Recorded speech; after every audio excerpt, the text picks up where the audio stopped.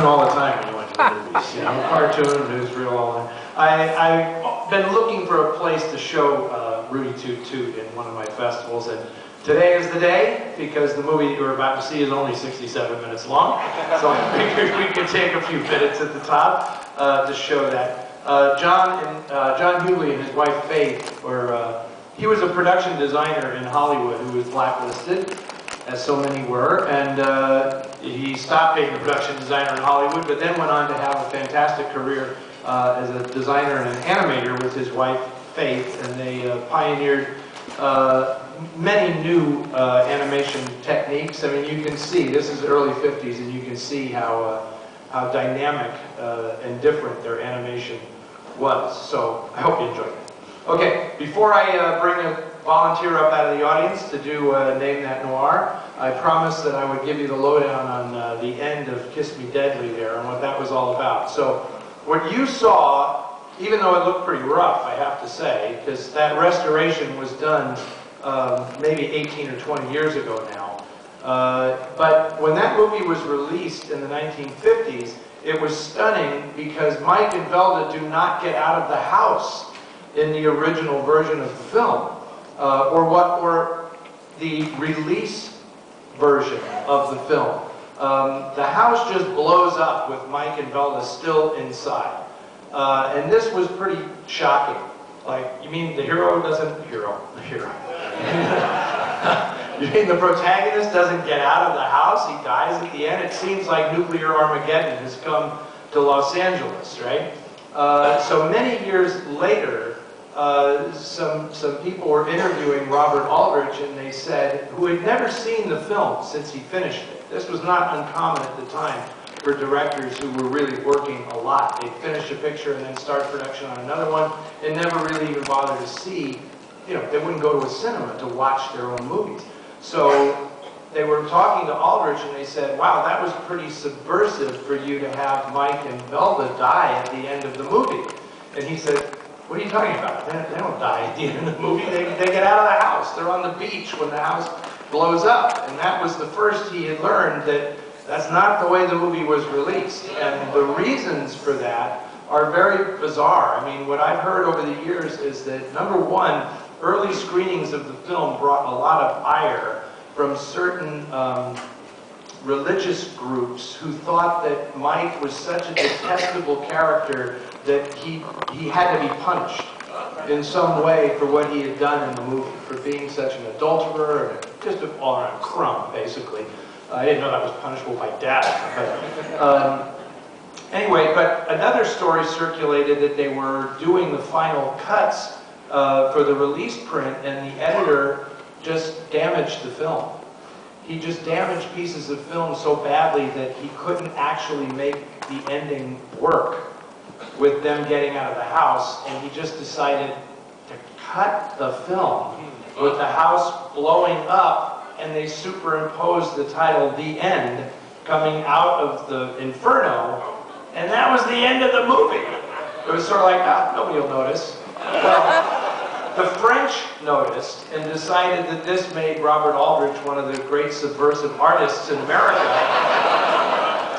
because he was basically predicting nuclear Armageddon, of which he knew nothing, of course. So years later, when Aldrich found out about this, he actually loaned his personal print of the film, which had been in his closet for all these years, to a man named John Kirk, who was a buddy of mine who worked at MGM, which now owned the film. And John looked at it, and sure enough, this was the ending that was on the film. And they did a search for the original negatives, which could be found, and then restored those damaged pieces of film and put the film back together as Robert Aldrich intended. So that's the mystery of Kiss Me Deadly. Okay, now, who wants to come up here and be my willing, yes, right here. This lovely lady, come on up.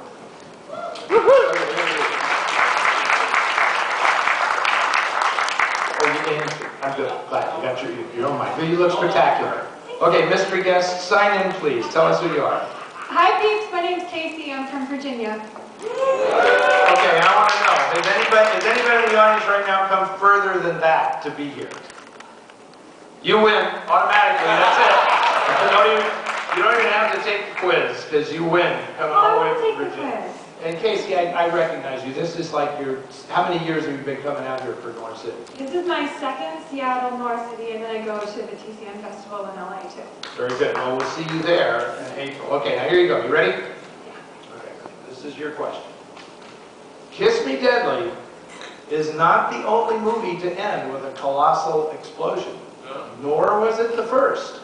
6 years earlier, in 1949, Jimmy Cagney went out in a blaze of glory as he shot it out with the cops atop a PG&E gas tank, hollering the famous line, "Made it, Noir, top of the world!" Name that Noir. It's White Heat. It is White Heat! First contestant to actually get the right answer. Good job, Casey. And for knowing that, you get Suspense from the Warner Archive Collection, a very bizarre film noir starring starring my fave, ice skater Belita. Yes, ice skating noir. There is such a thing. And she does it. She skates in this movie in a dominatrix outfit. It's incredible. Here you go. Thank you. Okay.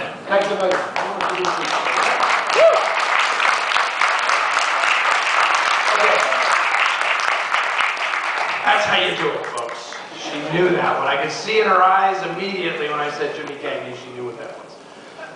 Okay, we have officially reached the halfway point in Noir City and the halfway point of the 1950s. We are in 1955, and movies are about to dramatically change. You are going to see later tonight, when we show the Scarlet Hour, you are going to see a warhorse director in Hollywood attempting to maintain his hold on the studio system and the classic way of making movies. But right now, you are going to see a film by a man who would help change everything. Because this is not a Hollywood movie. This is a movie made in New York City for $75,000 by a brilliant young photographer named Stanley Kubrick, who would go on to completely change movie history. But Stanley Kubrick, who started as a teenager taking still photographs for Look magazine, he clearly was a film noir fan. If you've seen The Killing, the movie that he would make after this, that is the testimony by his casting that he had watched a lot of these movies. He loved the look of noir, the feel of noir, the sound of noir, all of this stuff. And Killer's Kiss is his somewhat amateurish attempt to make one of these films himself. He borrowed the money.